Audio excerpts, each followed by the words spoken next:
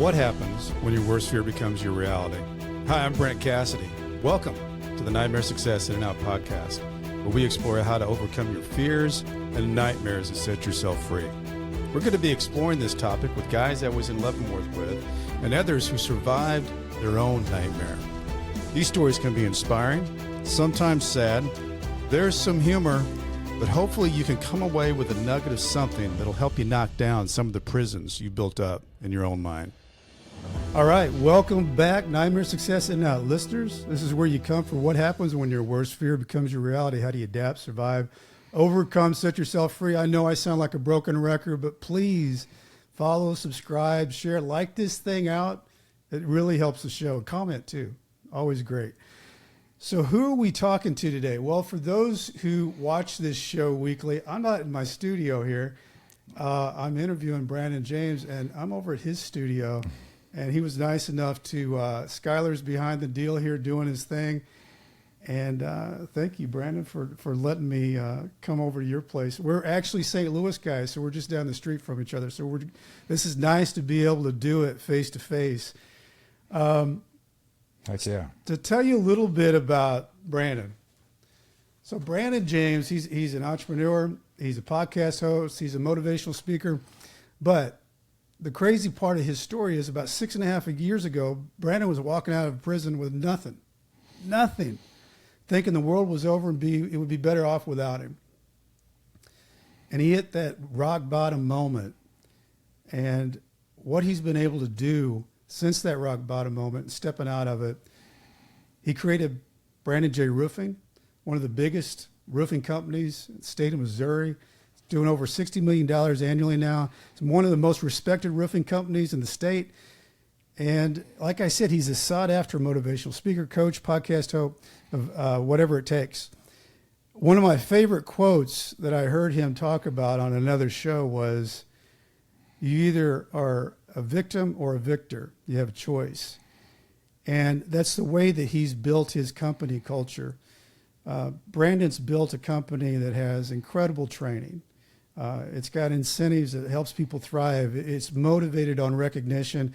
But what I love about it is he really focuses on the family, the whole family. And you know, they say they're all counting on him to make it all work. And he's got a great team around him that helps make it work.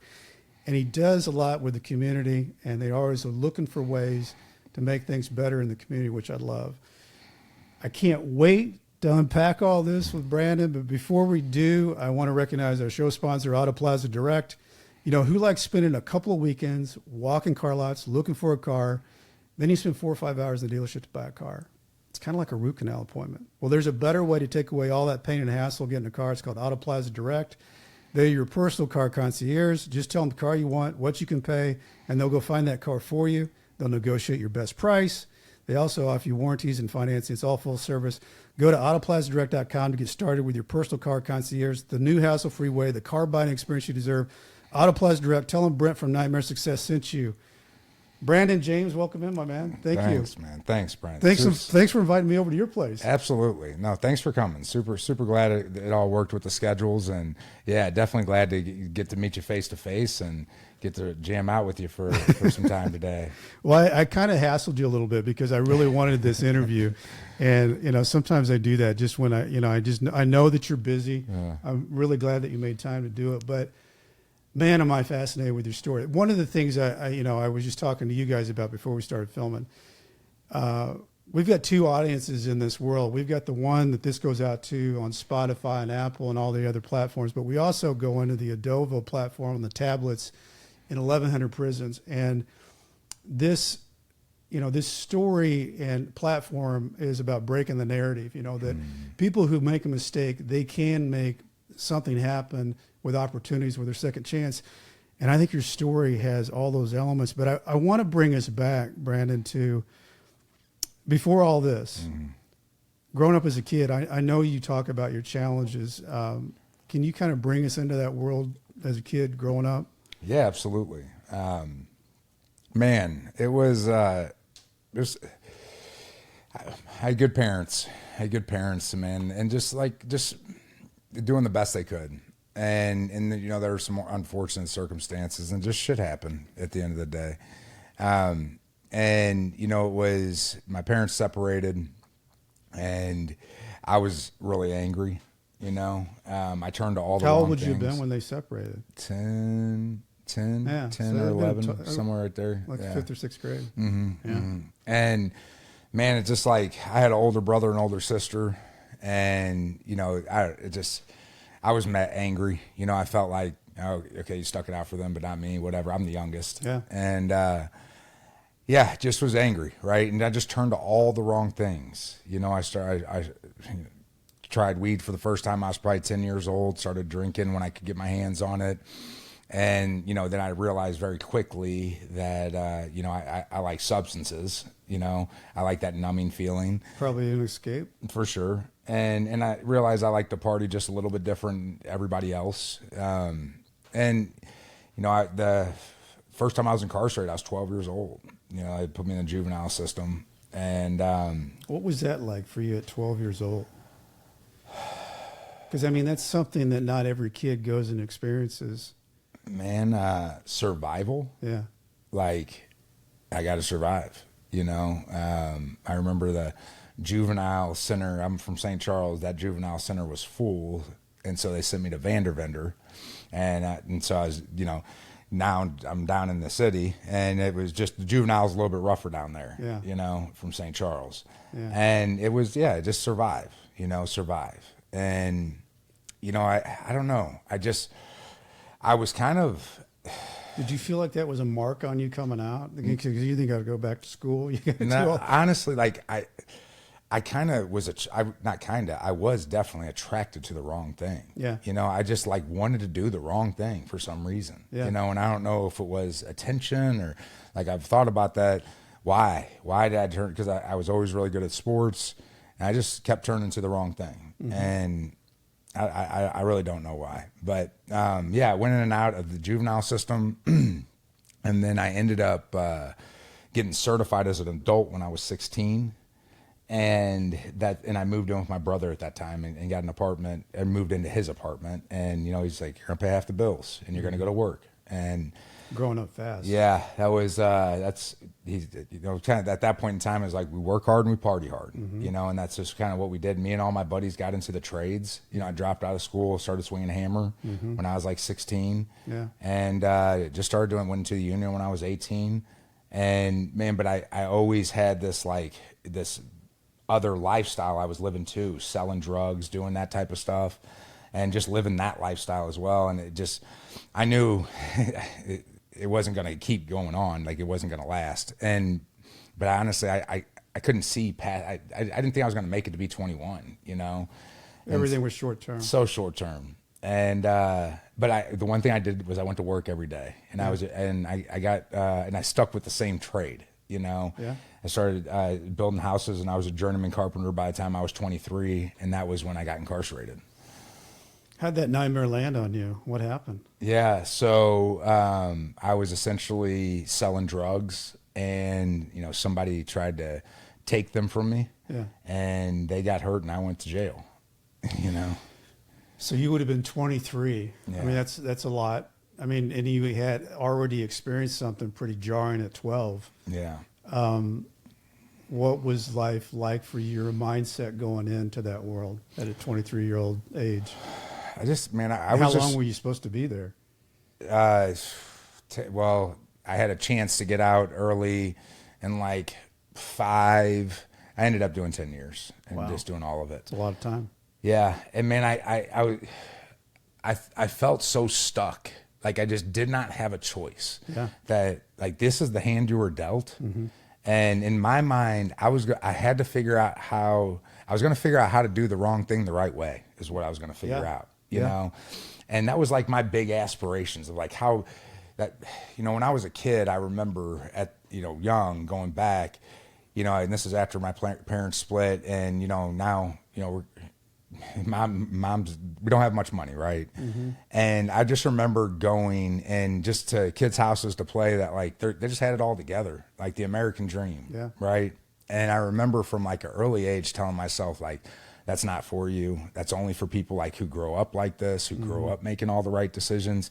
And like I'm saying, I just remember telling myself that from an early age, like, and the only way you're going to have anything even close to that is you're going to have to figure out a way to cheat the system, you know?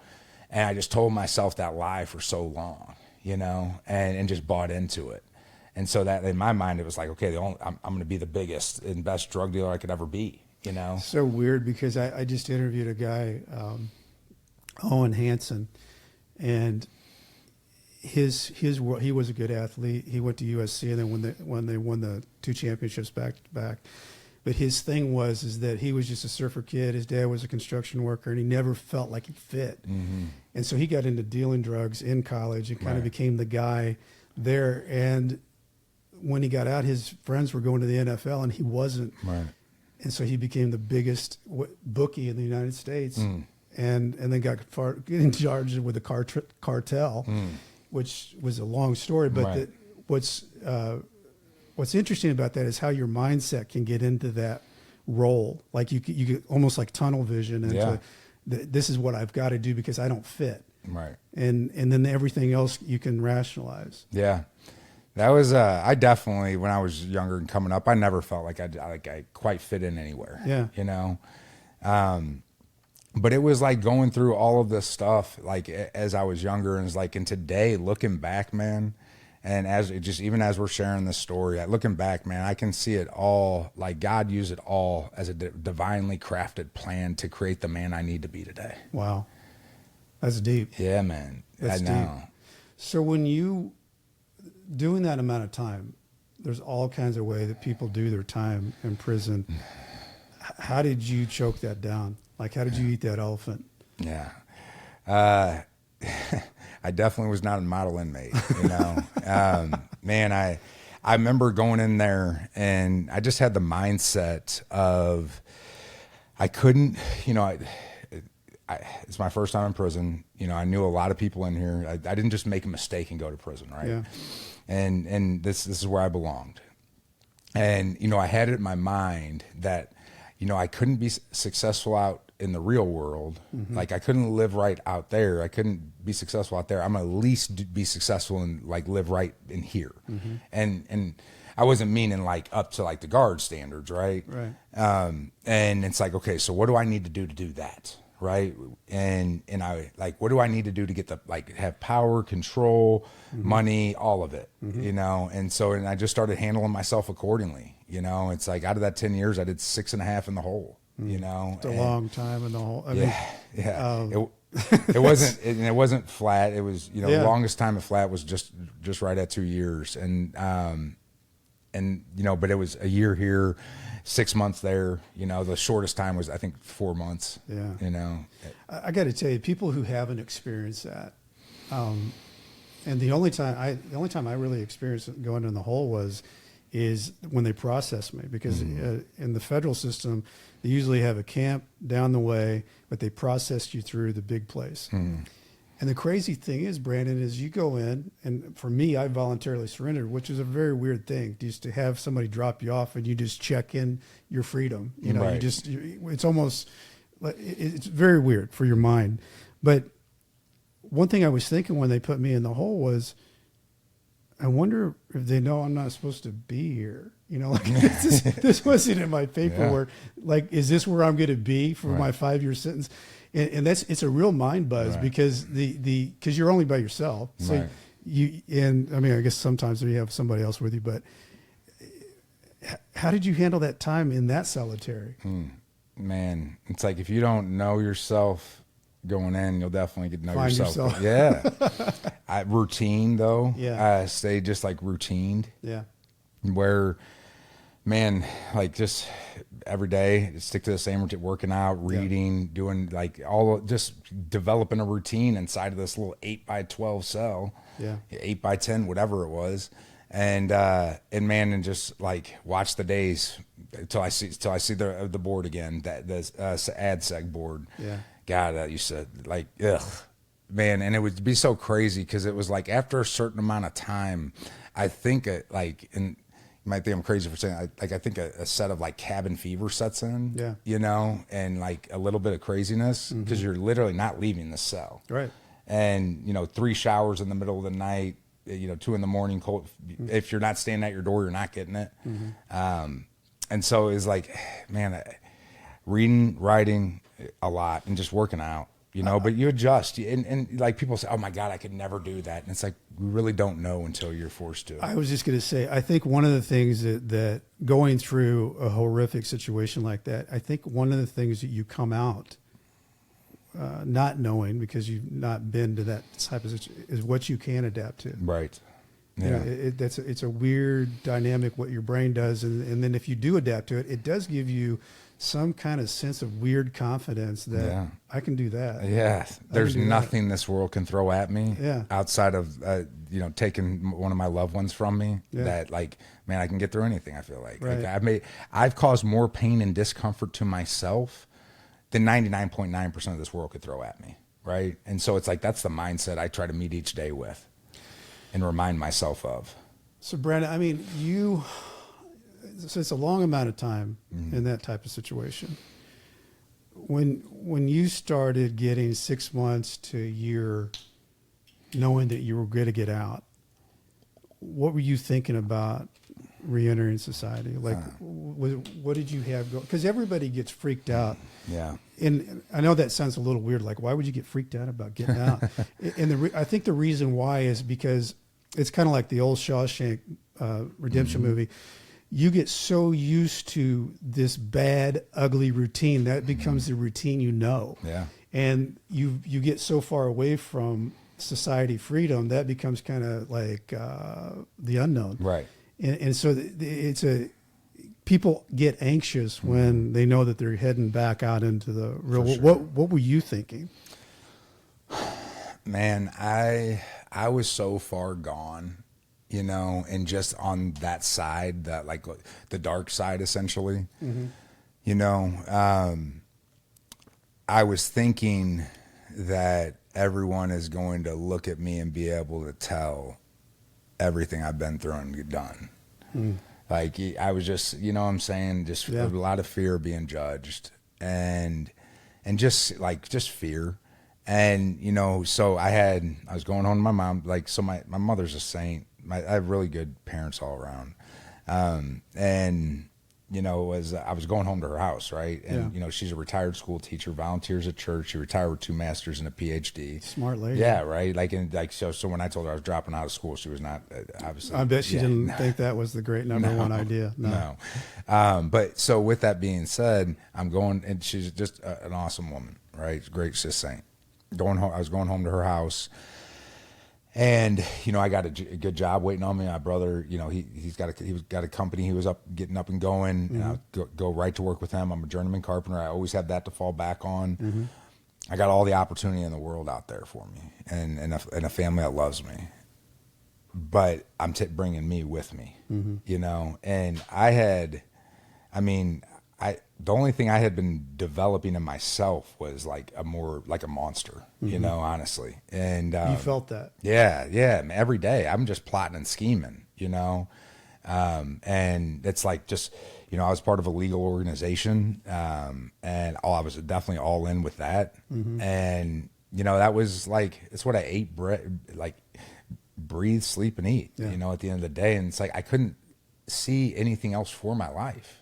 I thought this was it, you know, and in my mind it was like, you know, if I can just get out here and at least last for a few years, you know, I'm gonna get out here and I'm gonna try, but if I can at least get a couple years, you know, and that's still short term in it, I'm thinking. Yeah, right.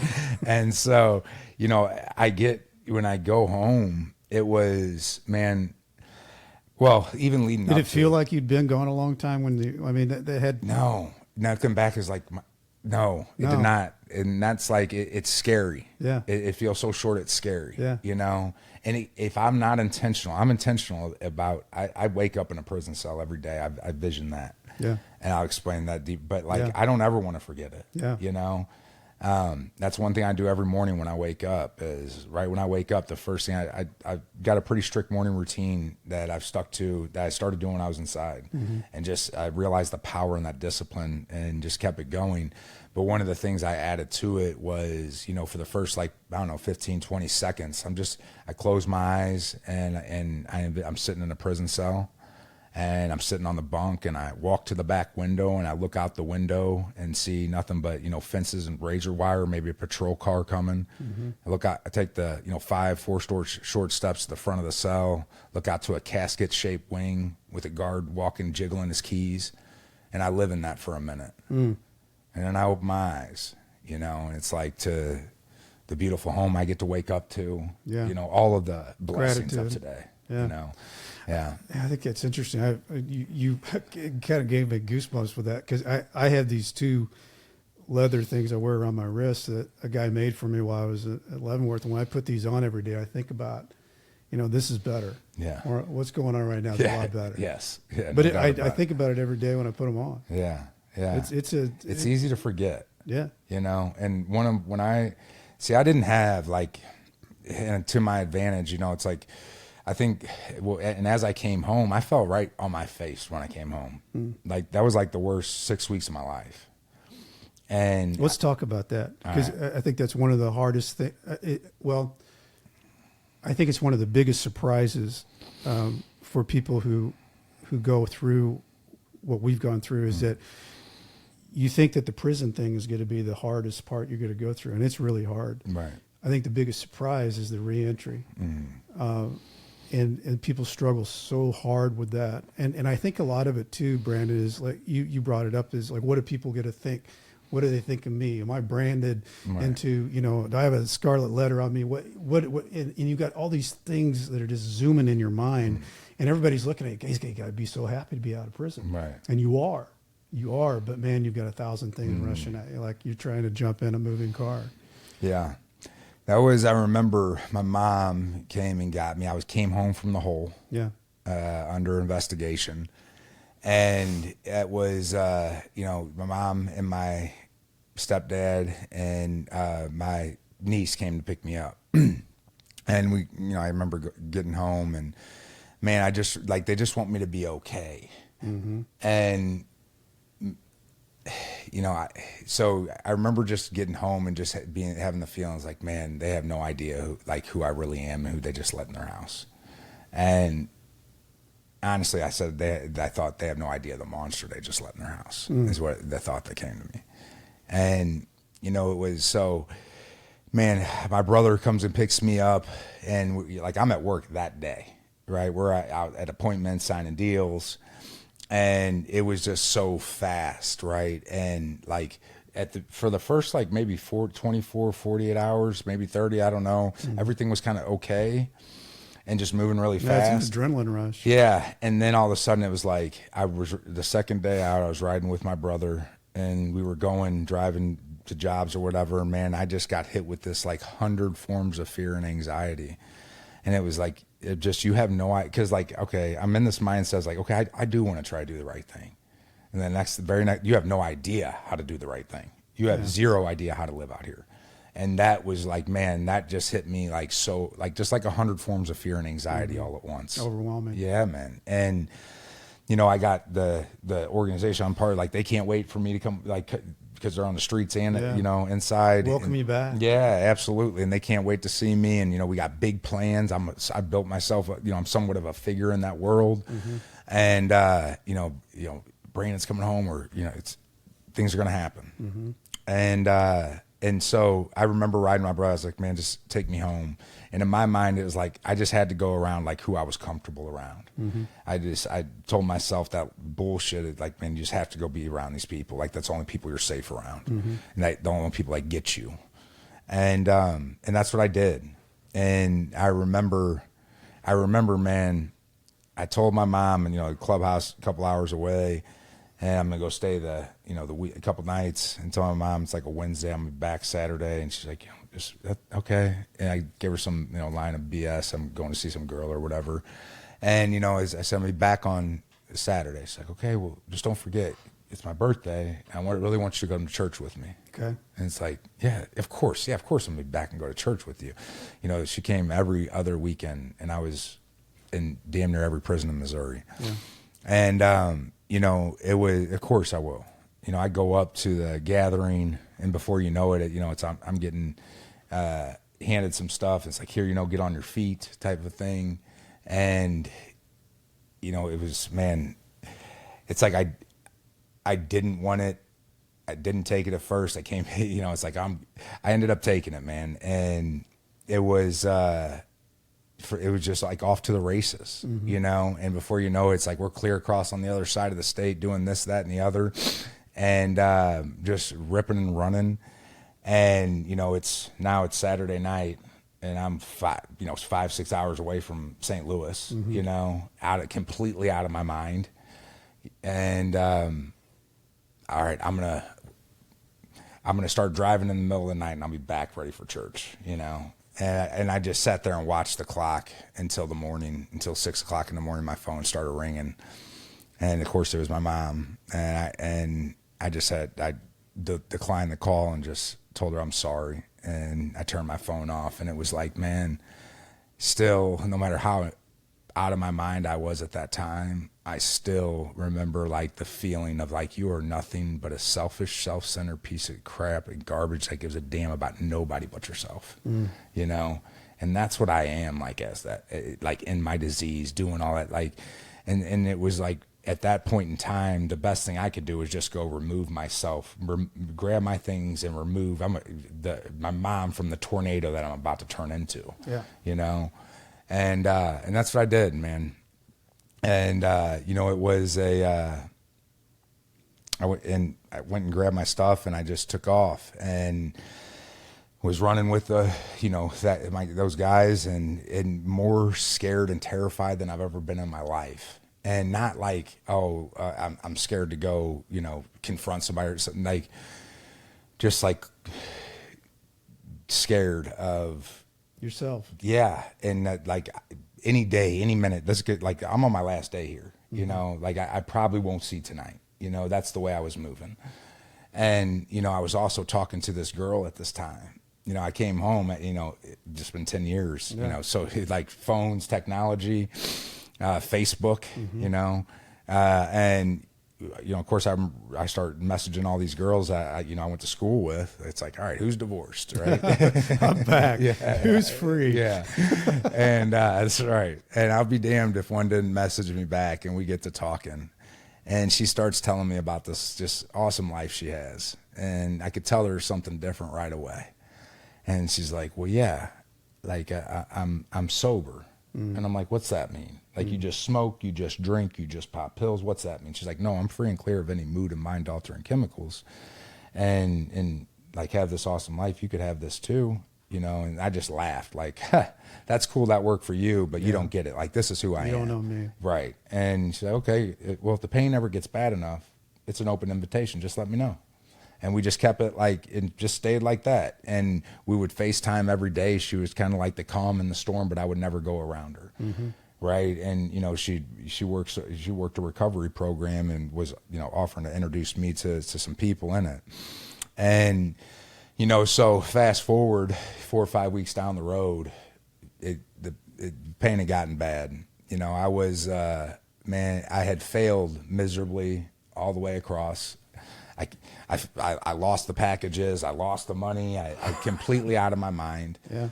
You know, I've disappointed and upset everybody, you know, and it's like, and my whole identity was in that. Yeah. You know, my whole identity was in this figure. That's who you were. Yeah. Right. And it's like, damn, now I'm really no good for nobody.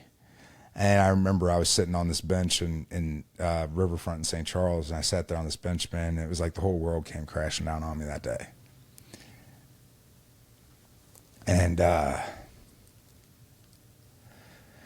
man, I was like, I was more in prison that day on that bench than I had ever been in my life. And in more like pain than I've ever been in my life. And I just didn't know how to make it stop, you know? And I remember calling my mom and like, just, I don't know, for some type of rescuing, you know, and just to maybe hear her voice. and she said, Brandon, I love you, but that's all I got for you. I don't have anything else for you. You need to talk to God, and hung up on me, you know? And that was like the best thing she could have did right then. And that's exactly what I did, and then I tried to go take my own life, shortly at 30 minutes later. And by the grace of God, it did not work, by the grace of God that somebody found me. Isn't that amazing, though, how looking at where you are now, and I think that's why it means so much. I can still see the emotion you have for talking about it, because anybody who's been in that rock bottom moment and pulled yourself out, it stays with you. It becomes part of you, how you felt at that moment. And, I want to get into how you started stepping out of that from that moment. It's probably a good time to take a break here and recognize a show sponsor, because I want to get back into how do you step out of that that moment, that rock bottom moment. What mindset do you have to be in to get there? A lot of people don't like how they show up online. Many individuals think there's no hope when it comes to managing your reputation online on Google. Well, there's hope. It's called the Discoverability Company, and they can help you. Whether you're building your reputation from scratch or you're repairing search results from a negative news story, Discoverability can also help you how you're portrayed on popular AI services like ChatGPT. To learn more, visit discoverability.co. It's not .com, .co. They're even launching a do-it-yourself SEO option, a course for individuals who want to take on their search results on their own budget and speed. Listeners of Nightmare Success can take $100 off the DIY SEO course with coupon code Nightmare Success. And Nightmare Success is sponsored by the White Collar Support Group, which I think I have that here, but I don't have it in front of me. They meet every Monday, 7 p.m. Eastern time. I'm a member of the White Collar Support Group, and I can tell you it's a bunch of people helping each other for free to get through the criminal justice journey, whether you're just starting your journey, you've made it through the other side. Also starting the expungement federal initiative.org. So if you want to go there, find out more. And it's called prisonist.org if you want to find out more about the White Collar Support Group. So getting back, Brandon, to that moment, and I think even somebody said to you in the paramedic said something to you about you've got something more to do or something like that in that crazy moment. He said, Brandon, I'm supposed to tell you God's not done with you. He's got a plan for you. That's what he said. That's big. That's huge. Like I hear it in a moment day. like that. Brandon, what did you, after that happened, how did you start stepping out? What was the mindset that you found? Where was the strength that you started stepping forward? Well, it was life or death. Yeah. I was in a life or death fight, and still am, So I woke up at my mom's house. Of course, they took me to the hospital. I wake up at my mom's house a couple days later, and next thing you know, I'm on my way to this meeting of recovery. Mm-hmm. And, I didn't necessarily want to go, but there was no other options, right? And I'm just trying to figure out at this point in time, how to be okay. Yeah. How do I not crawl out of my skin? Yeah. How do I not use? How do I not drink? Mm-hmm. And just trying to figure out how to be okay. Which probably just feels like a totally foreign land to you at that point. Yeah, it was. But here's what I had on my side. I was completely beaten. Mm-hmm. I was completely broken. And you were ready. People talk about, I surrendered. I can't say I surrendered, but I can definitely say I was beaten into submission. Yeah. And I was ready. Please tell me what to do, because I clearly don't know. I clearly cannot make decisions for my own life. Right. Totally humble. Yeah. So that was, man, I just started. It's like I kind of didn't have a choice. I couldn't even die right. Right. Yeah. Couldn't get that right. Right. Thank God. Right. Yeah, exactly. But so it's like, man, there was no plan B, Yeah. right? I was told, like, if you have any other bright ideas that you think are going to like be your fix, you have to go try that, because like this is going to work, but you have to be completely willing to do whatever it takes. Yeah. And get rid of all your own thinking, essentially. And so, man, I went all in this program, and it was like, it saved my life. It saved my life, man. And, you know, I never thought there was a solution. I never thought there was a solution to the addiction. I never thought there was a solution to the hopelessness. I never thought there was a solution to this path. Like, I only thought there was one path. You only had me. that path. Yeah. Right. And I thought I had to have that. Like, you had that no was it. choice. Right. And so it's like, now, man, to entertain, there actually might be a solution. Yeah. Because before, well, there can't be a solution. I'm 34 years old. I would have figured it out by now. Right. Right. And so, but to be open to that there is a solution. And, you know, it was so important for me. I had to cut all ties. And like, not like, hey, I can only talk to you every once in a while, or when I see you. It's like, it had to be a hard line. And that was extremely hard for me. That was like getting a divorce for me. You know, that was my whole family. That was everything for me. And, you know, so that was extremely hard for me. But what somebody had me do was write out the characteristics I was looking for in a person, because I was told I had to start surrounding myself with people who had the things I wanted. Yep. And first and foremost, It's great advice, by the way. None of the shit you can touch and see is on it. People that had the integrity, the relationship with God, that had the family, like those, you know, all of those things, and figuring out how they got there. And, you know, and I was told just to keep an open mindset, and just to try to do the next right thing. And then after that, try to do the next right thing after that. And it was like, man, it was so... It's incremental. Right. And I remember, you know, when he talked about like moments and days, you know, your sobriety date or whatever that is, it's like, yes, that's important. But I remember, I don't remember what date it was, but I remember exactly where I was standing. Like the first time I looked in the mirror and didn't hate myself. I remember the first conversation I ever had with, you know, my in-laws, and I didn't have to lie to them.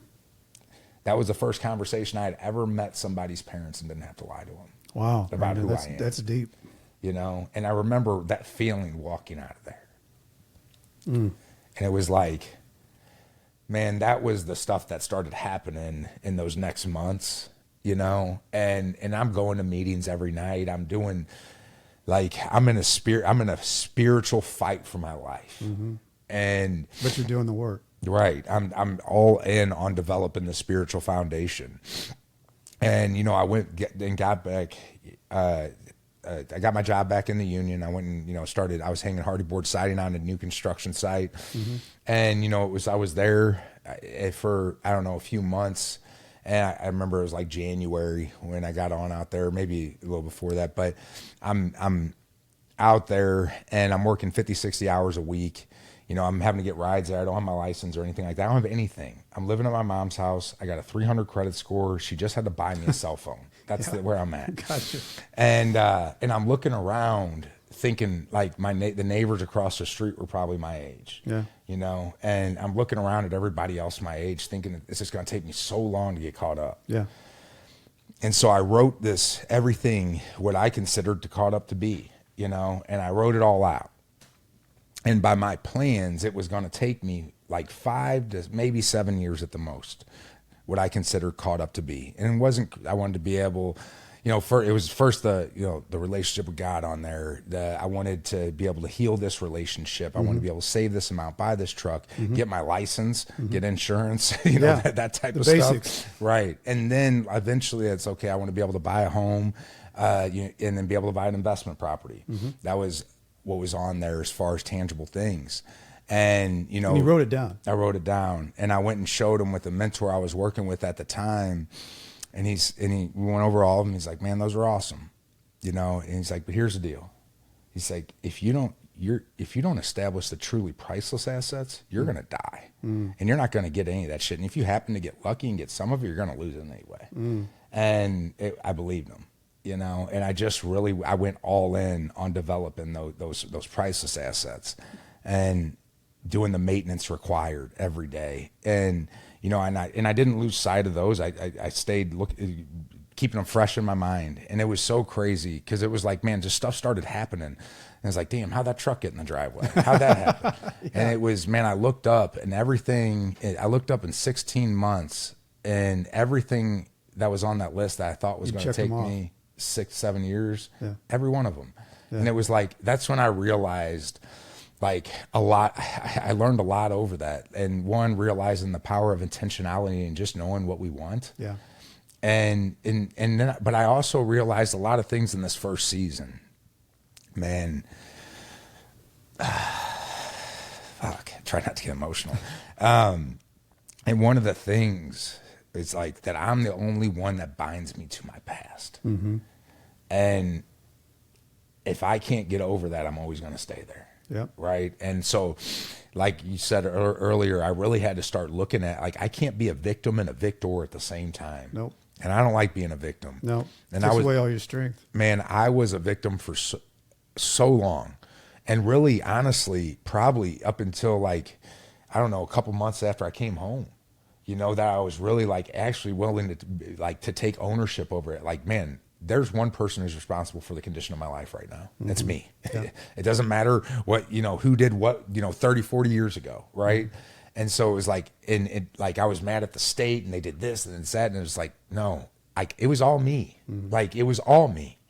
And until once I really started taking that perception on, then I was able to like start learning on a different level from not only the past experience, but definitely what I was experiencing today. Right. But in that time, you know, it was like, so I'm working out in a union. I'm working out in the union for like 4 or 5 months, and it's like, things are going good. Right. I got the truck, you know, I'm in recovery. Things are going well. Good. Yeah. But it's like, man, I'm also at the same time not feeling like this is where I belong out here. And I developed like carpal tunnel, like overnight from not using those muscles for so long. So they send me to the doctor. Let me back up. I worked through it for months, man. Like, bought every damn hand massager cream, and really nothing's working. Stuff too. And you know, finally, I go to my foreman, which I did not want to do that. You know, of course, that they frown upon that. You know, he's like, fine, man, yeah, go to the doctor. I go to the doctor, and they're like, we're going to run these tests. We'll get the results back in 30 days. Go sit at home, and we'll let you know if we're going to take care of it then. Okay. I'm like, and you can't work. And I'm like, well, that doesn't sound great. Right. And I go home, and I was like, well, I can't just sit here. And so at that point in time, I started answering like next door apps, like for $100, $200, like whatever the handyman job was, right? And I just start stacking these up. And, you know, it's like, next thing you know, it's like, I'm making more out here than I was in the union as a journeyman carpenter. Yeah. And, you know, it's like, okay, it happened for a week. Let's see if we do 2 weeks. And, you know, it keeps going. And it's like a few weeks in, you know, I looked at Kelly, my wife, now girlfriend at the time, and it's like, you know, I don't think I'm supposed to go back. I think we're supposed to start a company. God, isn't that amazing how that happened, though? You were told to go home and not work. Yeah. And you figured out another way to work. Yeah. That created this idea that, hey, maybe I could do this on my own. Yeah. Maybe I could create something. And, you know, it's like, I think we're supposed to start a company. And, you know, she said, let's go. I believe in you. That's huge. And I had not heard that before. Yeah. I'm sure my mom and dad said that, but I hadn't heard it, you know. That hit solid. And man, if she wouldn't have said that, like if she wouldn't have said that at that time, like who knows? Like who knows? Probably wouldn't be here. If it was like, I think you should probably play it safe. Like, we need the insurance. Yeah, we got to have it. Yeah. But so at that point in time, man, I just went all in. And I, like, next thing you know, it's $100, you know, it's $100 hour jobs, $200 jobs, $300, and it just keeps climbing, right? And I remember there was this customer, and she was a woman, probably about 75 years old. And it reminded me of The Notebook, because she would go see her husband every day in a nursing home. Yeah. And she had a villa, and I'm replacing the decking on her deck, and there's no stairs around back, and we're just walking through the house. And it's about a $3,000 or $4,000 job, and just a super, super sweet lady. And you know, she was hesitant. She's been burnt in the past, but just like a lady, I was like, I'm happy you're going with me because I know I'm going to make it. Like, I know you're going to get the service you're looking for. Yeah. And so with that being said, you know, it's the first day, and it's probably a 2 or 3 day job. First day on the job, and I'm there in the morning. I get going for about an hour, and she walks outside and says, "Hey, I'm getting ready to leave. If you go anywhere, just lock up for me." And you know, she did, and she left, and I went inside, and she's like, you know, use the bathroom whenever. I went inside, and I was using the bathroom, and I remember washing my hands and looking in the mirror, and it's like, man, if this old lady only knew, if she only knew who she left in this house. And it was like, the very next thing that popped in my head was like, she does know. She knows exactly who she left in her house. And that was like that was a moment for me for sure. And because like those two voices pop up all the time. And whatever one we start paying attention to more is going to be the dominant one. Yep. Right. And it was like, I replay that to myself all the time. You know, it's funny, Brandon, you say that, because I had some guy that he said something very, very similar to what you said. And he said, you have these crazy, you know, voices that you've got. And he said, what I learned to do was, he said, it's like driving a car, and you let the crazy person sit in the front seat, and they get to change the radio stations and do all that. And he said, I just decided the crazy person's going to be in there. I'm just going to have to make him sit in the back, and I'm changing the radio station, and I'm driving. Yeah. And I thought that's a pretty good analogy. They're always there. Yeah. That's, you know, somebody had told me years ago, you know, it's like be very careful about listening to yourself, but be very intentional about talking to yourself. And that's one thing I have to do consistently on a regular basis is like speak out loud with whatever the thing is. And a lot of times I got to speak over the voice that's going on in my head. Sure. So, you know, I got my wife, like, who you yelling at? Who you talking to?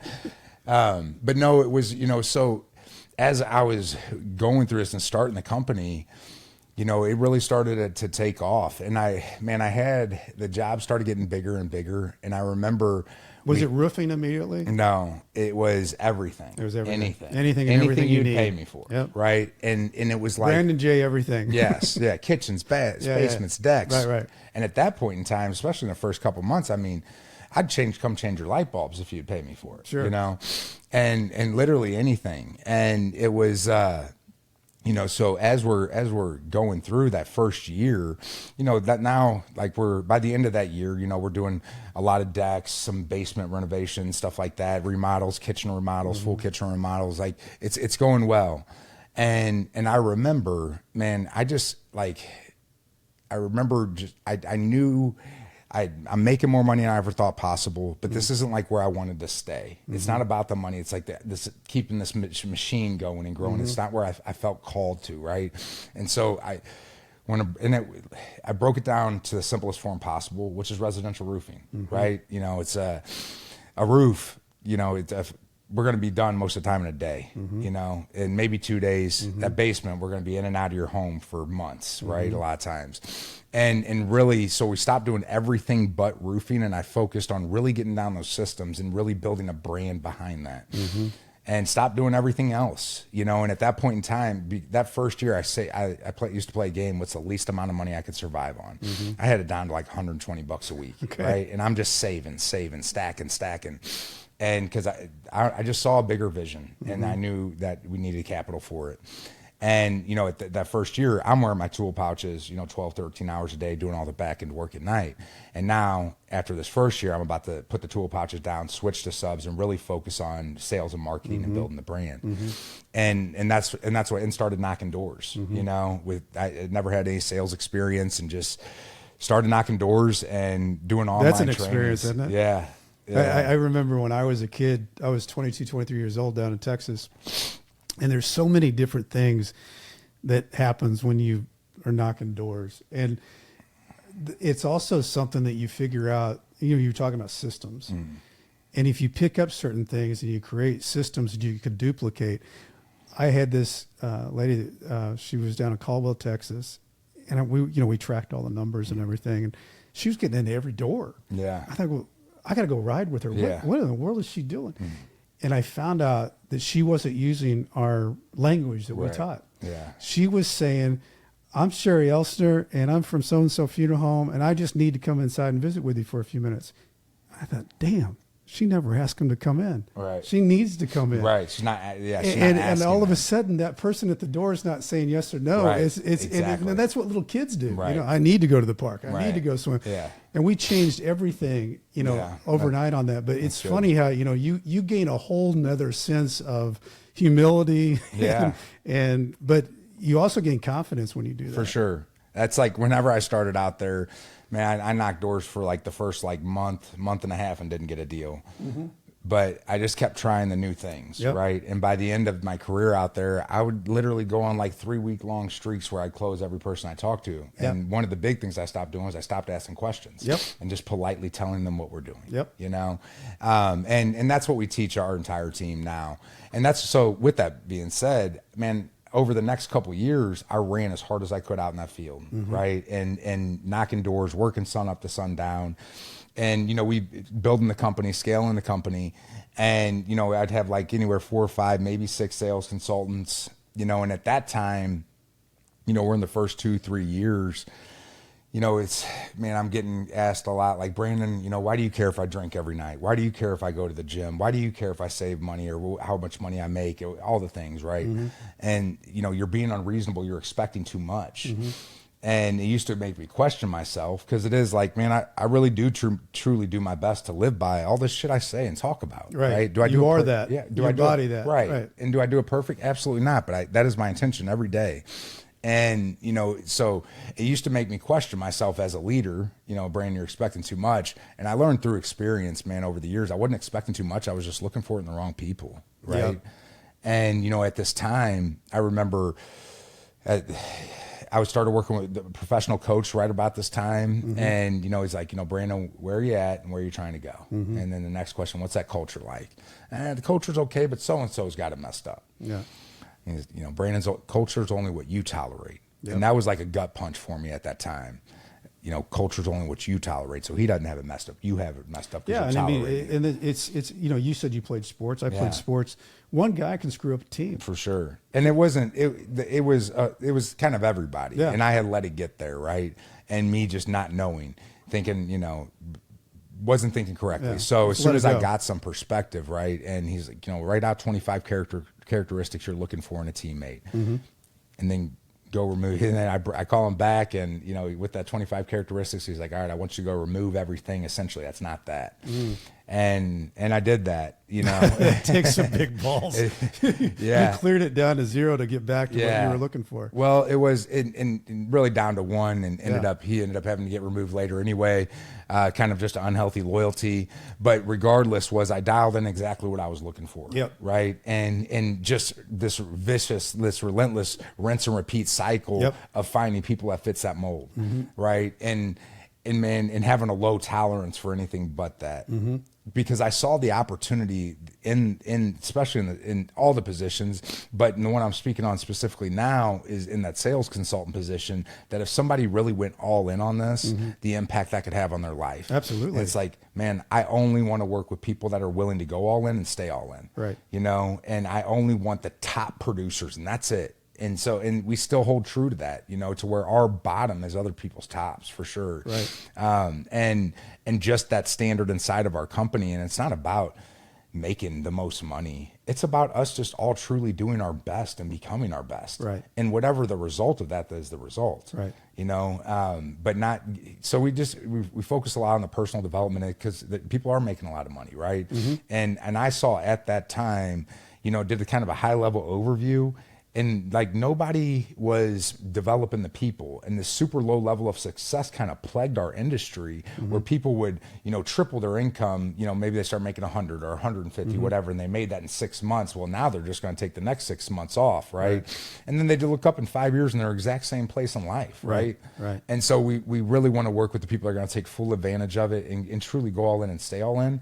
And I want people to be able to look up in 5 years and like, way before 5 years, but like year by year, start to be able to live life more on their terms. Right. And if if they're going to use this as a vehicle, maximizing it, right?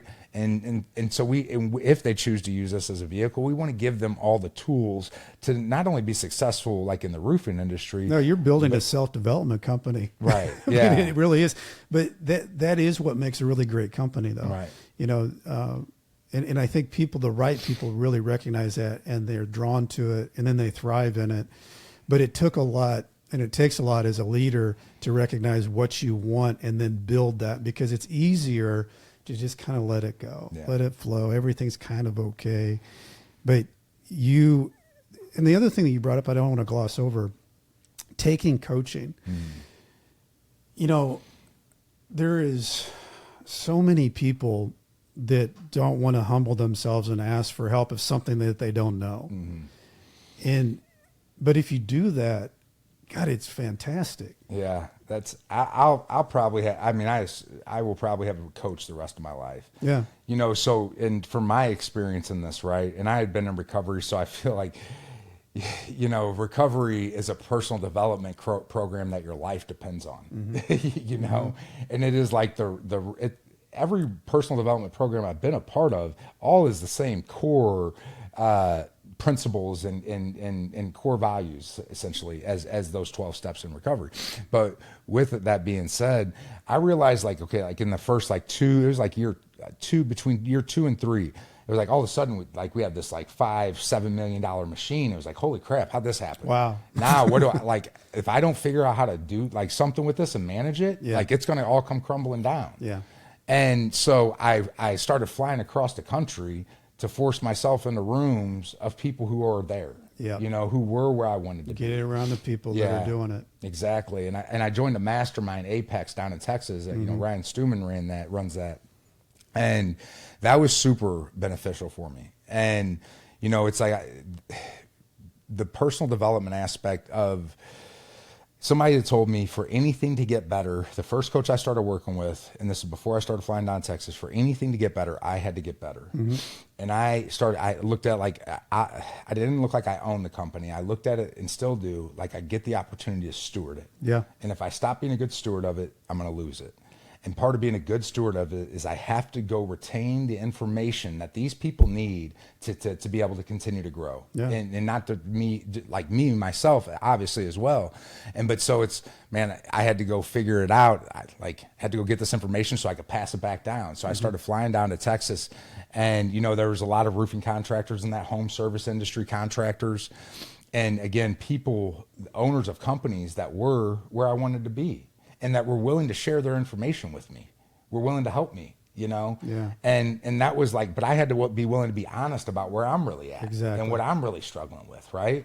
And so that's, man, like I said, I was flying to Texas monthly, you know, for a couple years. And I still stay heavily involved in personal development, but that was so important for me to get next to the people who were there or had done it already.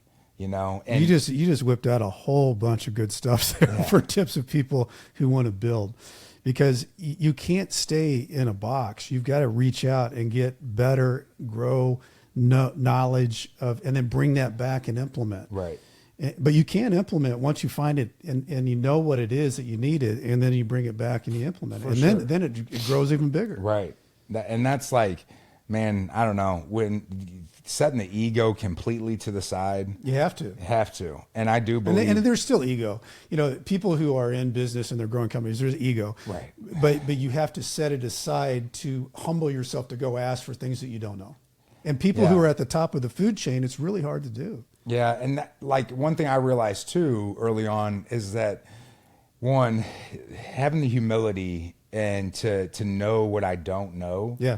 And to admit what I don't know. Yeah. Right. It's like people think, oh, I don't want to sound stupid, or I don't want to look less than or weak or whatever the thing is. Yeah. And it's like, so whenever at the end of that first year, whenever we stopped doing all the other stuff and just started doing roofing, like I said, I didn't know any of the systems. I didn't know, I knew how to install a roof, but I didn't know what to charge a square foot. Right. And there was a lot of things like that I didn't know about roofing. And so I wrote down a list of questions, and I went and knocked on every roofing company door in our market and to sit down with whoever would sit down with me with this list of questions. Yeah. And some of them would sit down with me, and some would tell me to kick rocks. Yeah. But the thing is, I'm still doing that same thing today. Yeah. It's just on much bigger company doors. Yeah. And it's like, well, Brandon, it seems like you kind of figured out by right now. Yeah. You know, I got it figured out to here. what I got figured out last year. Yeah. Right? Yeah. I'm in uncharted territories. Yeah. Right. But the other thing that you've got that will not leave you is you have good systems in place.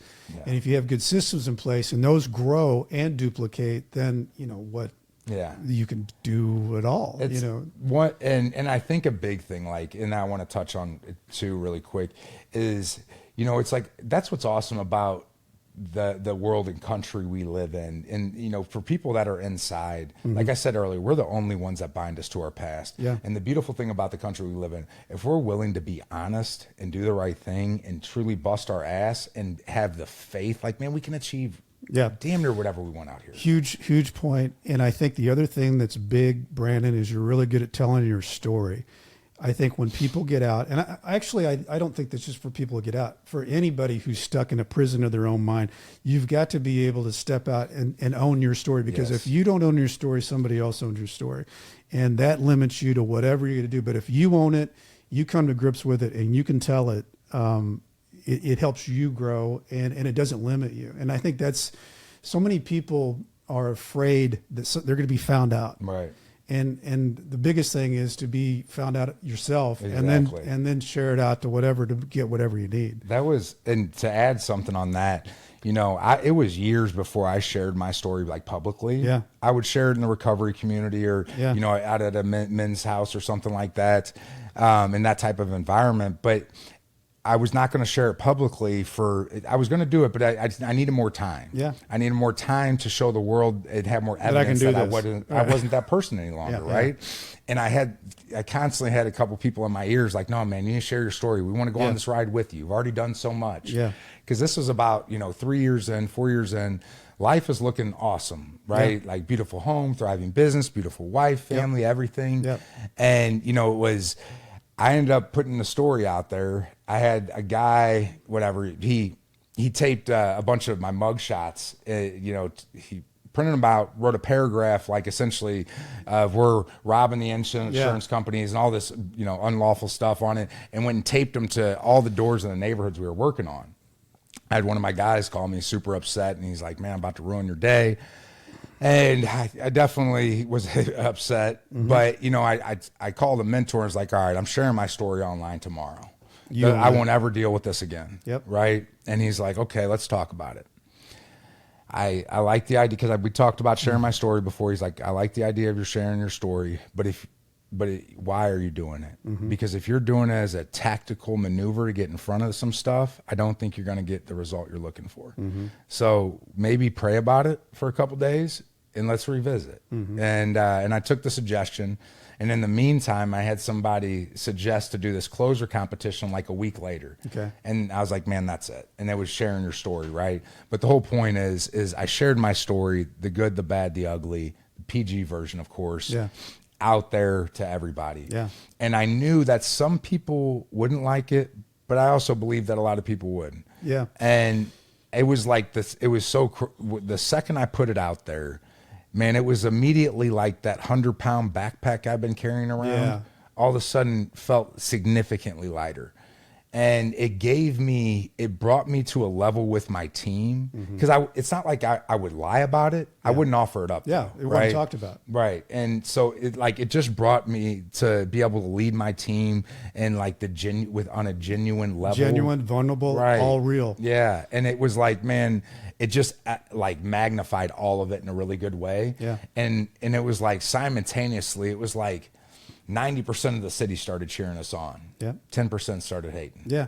and you know what? The thing about comeback stories is people love comeback stories. Yeah. But there's certain people that never liked what you were doing in the first place, and they'll always be haters. Right. And there's no way you'll ever satisfy them. But man, there's a whole bunch of people that love seeing somebody grab hold, make something. Nothing's been easy, but you went ahead and gritted it out. And then there's a whole bunch of people that are also benefiting from you finding yourself, because this is a great company.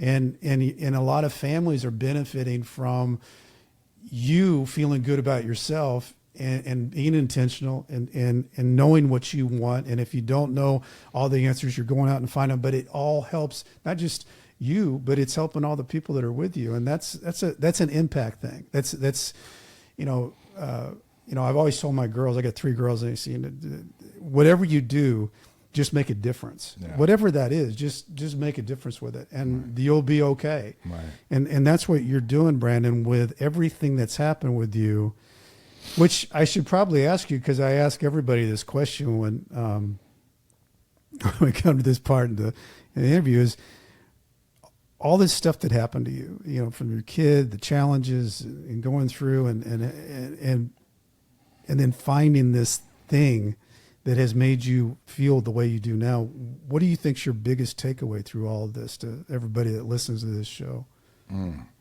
That's we are the only ones that bind us to our past. And man, at the end of the day, we can have anything we're willing to work for out here. And don't stay stuck in that problem. Don't stay stuck in that cycle. Have that courage and figure out what it is that you want. And just zero in on that. Go all in on that. Like there's so much opportunity out here, and I fed into this lie of that's the only thing this world had for me. That I fell into the lie that was who I was. And man, at the end of the day, it was all a lie. It was all a lie. And so I would ask you to challenge yourself. And are you buying into that same lie? Because I promise you, there's always a solution.